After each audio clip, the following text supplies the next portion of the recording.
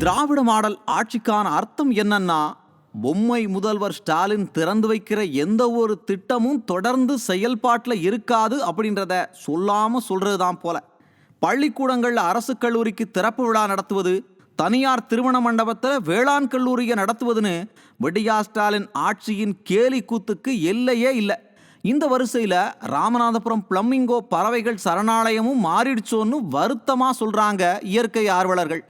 பொம்மை முதல்வருக்கு என்ன ராசியோ, அவர் அறிவிக்கிற எந்த ஒரு திட்டமும் முழுமையா செயல்பாட்டுக்கே வர்றதில்ல. பேனர் திறப்பு விழாவோடு முடிஞ்சிருது. குருசடை தீவு அருகே பிளமிங்கோ செஞ்சரிக்கான இயற்கை வளம் முழுமையா பாதிச்சு மன்னார் வளைகுடாவில் ஒரு பறவையை கூட பார்க்கவே முடியலன்னு கண்ணீர் வடிக்கிறாங்க பறவையின ஆர்வலர்கள்.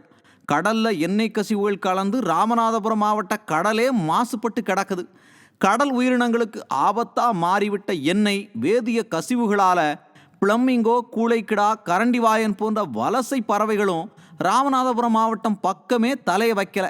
பறவைகள் இல்லாத மன்னார் வளைகுடா பகுதியை பார்ப்பதற்கே கஷ்டமா இருக்குன்னு சொல்றாங்க.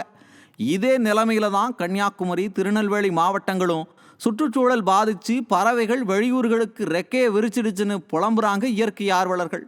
பறவைகளுக்கு ஒரு பக்கம் பாதிப்புன்னா, மூத்த குடிமக்களையும் விடியா ஸ்டாலின் ஆட்சி கண்டுகொள்ளலன்னு நீதிமன்றத்துக்கே பஞ்சாயத்து போயிடுச்சு. ஆதரவற்ற முதியவர்களை பாதுகாக்க விடியா ஆட்சி ஒரு நடவடிக்கையும் எடுக்கலன்னு உயர்நீதிமன்ற மதுரை கிளையில பொதுநலன் வழக்கு தாக்கலாயிருக்கு. முதியோரை பாதுகாக்க என்ன நடவடிக்கை எடுத்திருக்கீங்க அப்படின்னு வழக்கமா பதில் சொல்லுங்கன்னு விடியா ஸ்டாலின் ஆட்சியின் சமூக நலத்துறைக்கு நீதிமன்றம் நோட்டீஸ் அனுப்பி இருக்கு. மக்கள் கிட்ட சொல்ற பொய்ய நீதிமன்றத்திலே போய் சொல்ல முடியாத விடியா திமுக அரசு தலைக்கு மேல கத்தி தொங்கிட்டு இருக்கிறத பார்த்தா 2026 தேர்தல் வரைக்கும் விடியா ஸ்டாலின் அரசுக்கு அடி மேல அடின்னு பலமா விழும் போல.